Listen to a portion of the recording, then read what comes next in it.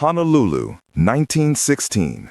The air in the University of Hawaii's Kalihi Chemistry Laboratory is thick, a humid cocktail of Pacific sea salt, tropical blossoms, and the sharp, acrid scent of organic compounds. Inside, amidst the dark wood benches cluttered with glass beakers and distillation coils, a singular mind is at work. 24-year-old Alice Augusta Ball is not just a student, she is a force of nature. She is the first woman and the first African American to earn a master's degree in chemistry from the university, a beacon of brilliance in an institution and a world built to exclude her. Her focus is absolute, her movements precise. She is on the verge of conquering a monster that has terrorized humanity for millennia, leprosy, now known as Hansen's disease. For centuries, the only sliver of hope for its victims came from the oil of the chalmugra tree. But this hope was a cruel one. The oil was a thick, viscous substance, almost impossible for the body to absorb. When taken orally, it induced violent nausea. When injected, its oily nature caused excruciating pain and formed large, painful abscesses under the skin. It was a treatment almost as brutal as the disease itself, a torturous ritual that offered little more than a whisper of relief. Alice Ball saw the problem not as a barrier, but as a chemical equation waiting to be solved. The active compounds in the oil were trapped, locked away by their fatty acid chains. The challenge was to isolate these compounds and make them bioavailable, to transform the crude, painful oil into a targeted, effective medicine. This was not a simple task. It required a deep understanding of organic chemistry, a field still in its relative infancy, and one dominated entirely by men. She began a painstaking process of chemical separation. She had to figure out how to break down the complex molecules of the oil into their constituent parts without destroying their therapeutic properties. Her breakthrough came with a process known as esterification. In essence, she used alcohol to react with the fatty acids in the oil, converting them into ethyl esters. These new compounds were revolutionary. They were thin enough to be suspended in water and, crucially, could be injected without causing the agonizing pain and abscesses of the raw oil. Her solution was elegant, a masterstroke of chemical intuition. It was the world's first effective injectable treatment for leprosy. Tragic silence. For the first time, the healing power of chalmugra could be delivered directly into a patient's bloodstream, attacking the bacteria where it lived. She had crafted the key to unlock thousands from a living death.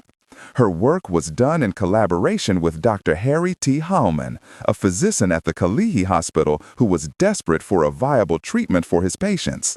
He had seen the horrors of the disease firsthand and recognized the genius in Ball's approach. Together, they were poised to change the face of medicine. The initial results were nothing short of miraculous. Patients who had been condemned to a life of disfigurement and isolation began to show signs of recovery.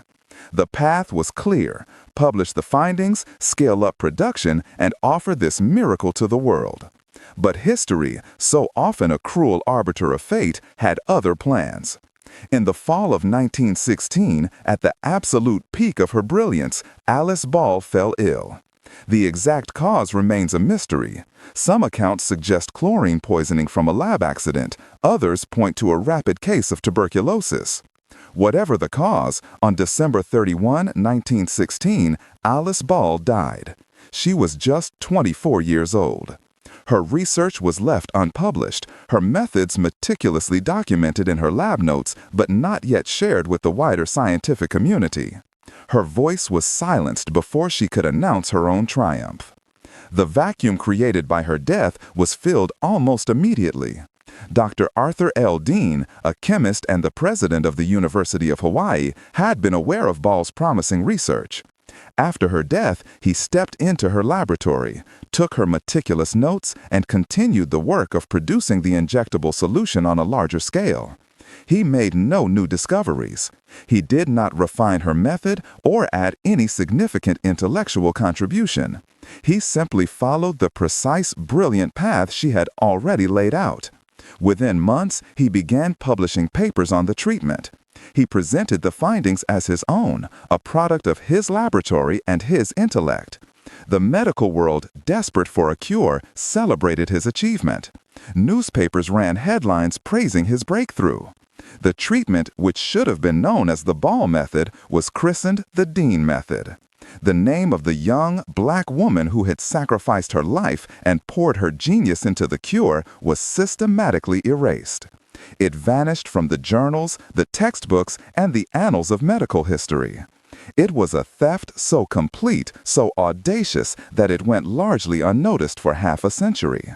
The world had its cure, but it had been delivered with a lie.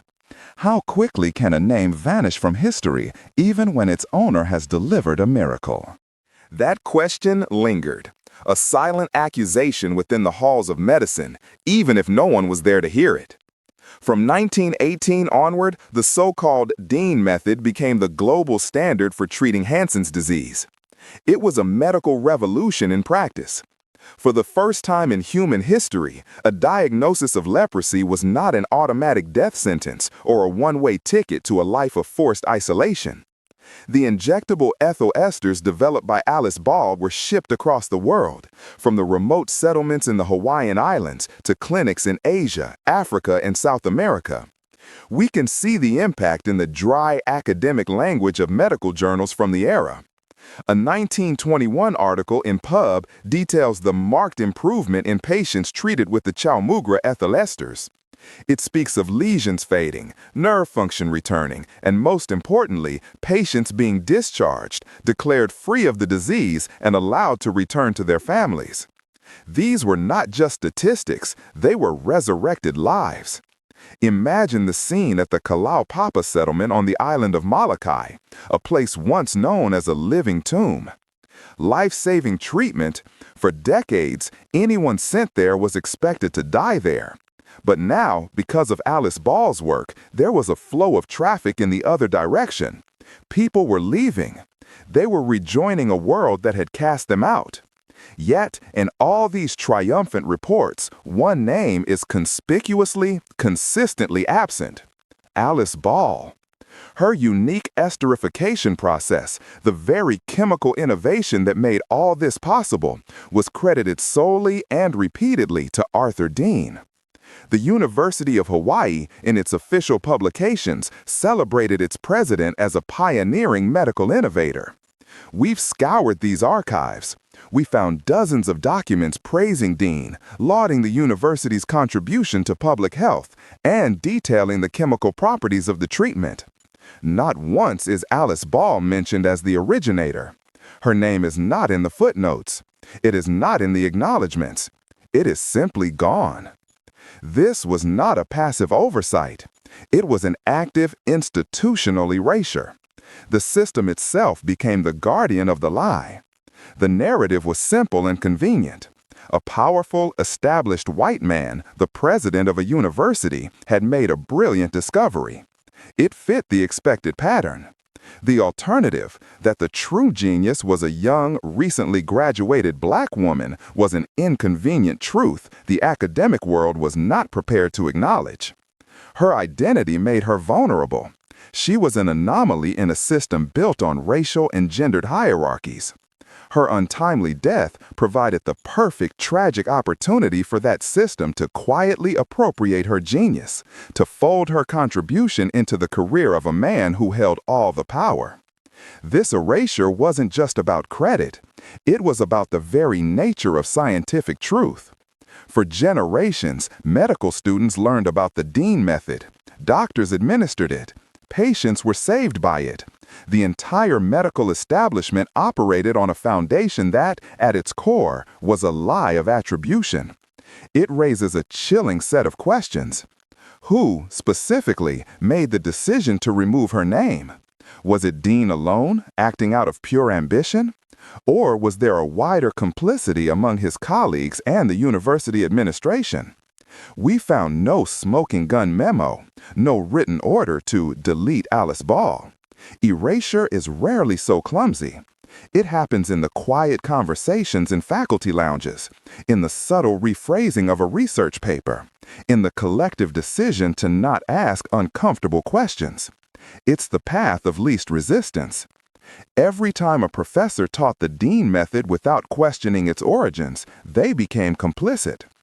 Every time a journal published an article citing Dean as the sole inventor, they reinforced the fiction. The system did what systems are designed to do. It protected its own, maintained its hierarchies, and smoothed over any facts that disrupted its preferred narrative.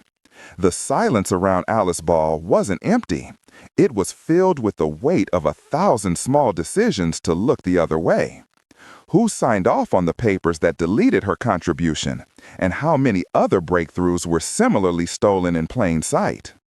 The systemic erasure continued for decades, a lie calcifying into accepted historical fact. Alice Ball's name was lost to all but a few, a ghost in the margins of medical history.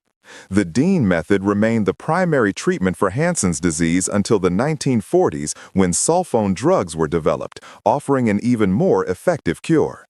As the Chalmugra oil treatment faded from use, so too did any lingering memory of its true origins. The injustice seemed permanent. But history is not always written by the powerful.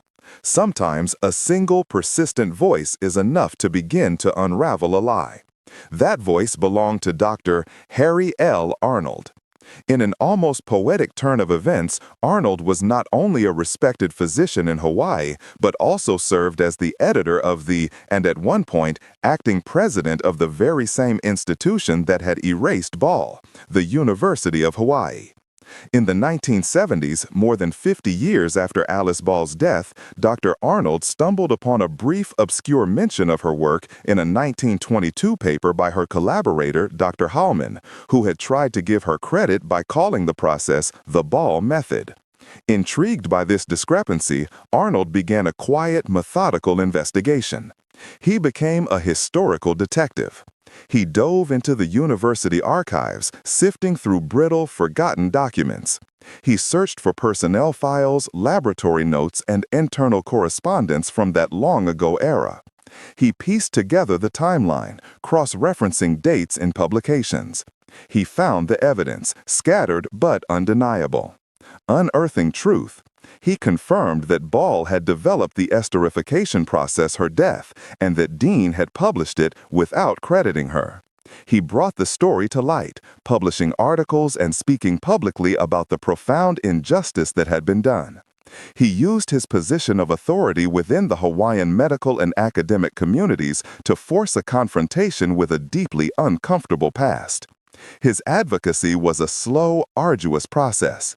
Institutions are notoriously resistant to admitting fault, especially on a scale this significant.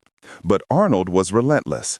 He championed her story, ensuring that the silence that had lasted for over half a century was finally irrevocably broken. His work laid the foundation for the official recognition that would follow. It took another 3 decades, but the seeds of truth he planted eventually bore fruit. In the year 2000, the University of Hawaii, the same institution that had erased her, placed a bronze plaque in her honor outside on the campus, right by the single Chalmugra tree. The plaque reads, in part, "Ball's method was the best treatment available for Hansen's disease for over 20 years and remained in use until the 1940s. It is for her work that we honor Alice Augusta Ball, a brilliant chemist and a compassionate benefactor of humankind." That same year, the Lieutenant Governor of Hawaii officially declared February 29th Alice Ball Day, a day to celebrate her life and legacy every 4 years. This wasn't just about restoring a name to a scientific method. It was about acknowledging that an entire field of medicine for a generation operated on a stolen legacy. It was an admission that the system had failed and that a hero had been denied her rightful place in history because of her race and her gender. Her treatment saved thousands, but her story reminds us the fight for scientific justice often lasts longer than the disease itself. Her legacy is a powerful and enduring call to action. It forces us to ask, what other transformative discoveries lie buried under layers of historical injustice, waiting for us to unearth their true authors?